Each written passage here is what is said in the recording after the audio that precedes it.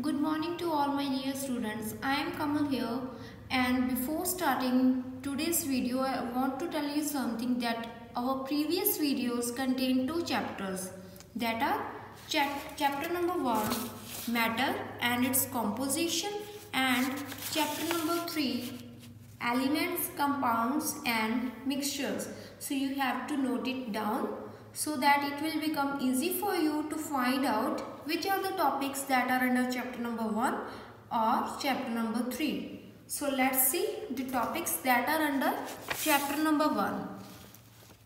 Matter, states of matter, solid, liquid and gas. Then composition of matter, elements, compounds, mixtures. The fourth one is forces that keep the constituents of matter together. Next, difference between solid, liquid and gas.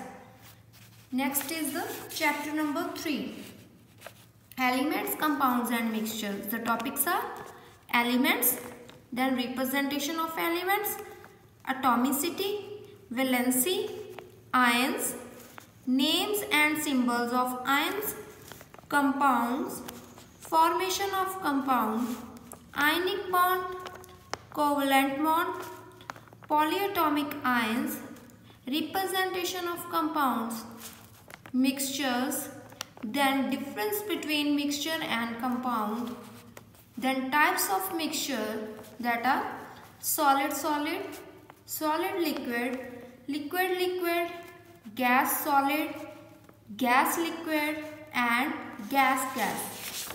Next topic is solution, alloy, suspension, emulsion. Then the last one is separation of mixture, separating solid solid mixture, that we have already done in the previous lecture, that is the sublimation method. Next topic is separating solid liquid mixture, evaporation, distillation, separation of liquid liquid mixture, that is separating funnel, fractional distillation. And the last one is combination of method of separation, that is by chromatography. So let's start our today's video with separation of solid liquid mixture. The first method is evaporation and the second one is the distillation. Okay, so we will start with evaporation. So these are the techniques which are used to separate the solid liquid mixture. Solid liquid mixture means in which both solid and liquid are present. That mixture is called the solid liquid mixture. So firstly we will see evaporation, the process in which a liquid changes into a gas. Evaporation is in which the liquid changes into gas at a temperature below its boiling point. That is called evaporation, in which the liquid changes into the gas. In this method, the liquid evaporates and the solid is left behind. So we have to separate that solid from the liquid.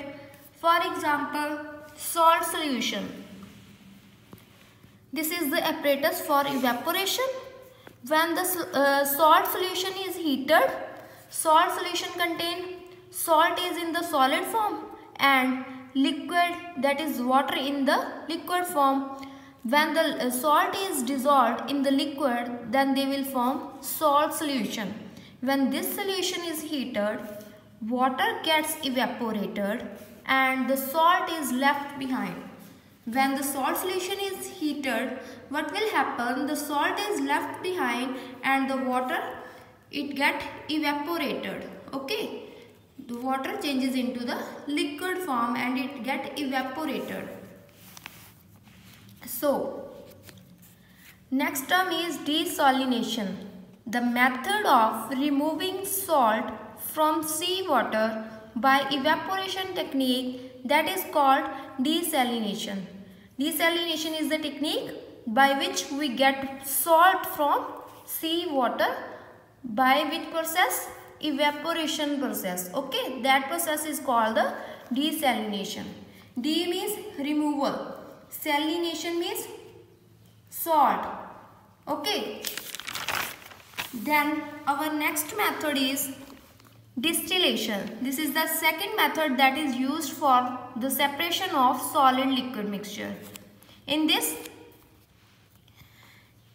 if liquid component is required into the pure form, the solution is subjected to distillation. If we have solid liquid mixture. In the previous topic, we need salt that is in the solid form. But in this method, we have to take only liquid. So for this, we have to use the distillation technique in which the solid liquid mixture is present, but we have to need only the liquid. The method of separation of liquid from a soluble component by first converting the liquid into the vapor and then condensing the vapor is called distillation. Okay, in this method what we have to do is, firstly we will convert the liquid into the vapor form. Then with the help of condenser we have to condense the vapors. After condensing they will again form liquid. So this is the technique and called the distillation. Then apparatus for distillation. It consists of distillating flask which is a round bottom with a side tube. It contains distillating flask. Here this is a distillating flask and contains side tube. Okay, and the side tube is connected to a condenser and receiver, and here the side tube is connected with this condenser and this receiver. Okay, this is the round bottom flask, that is distillating flask, and it is connected with condenser and receiving flask. Then a thermometer is inserted into the flask. Okay, here this is the thermometer that is inserted in the distillating flask. So what will happen? On heating, the liquid component vaporizes and the vapors get cooled as they pass through the condenser. What will happen? We have to apply the heat. Then what will happen? The liquid form get converted into the vapor forms. Okay, then we pass that vapors into the condenser. The condenser liquid collects in the receiver and the solid component remain in the flask. Like this is the apparatus. What we have to do in this case, we have to apply heat. Okay, with the help of this burner. This is a mixture of solid liquid. Okay, it contains solid and liquid, but we have to get only the liquid. Firstly, what we will have to do? This liquid form get evaporated, means they will changes into the vapor form. Then the vapors passes through the condenser and the condenser convert the vapors into the liquid form, and this liquid is then collected in this receiving flask. Okay, we have to collect the liquid only here. Then the remaining, that is the salt, is left behind. So in this way we have to remove the liquid from the salt. So this is the method by which we have to separate the salt and liquid. So distilled water and batteries can be obtained by using this method.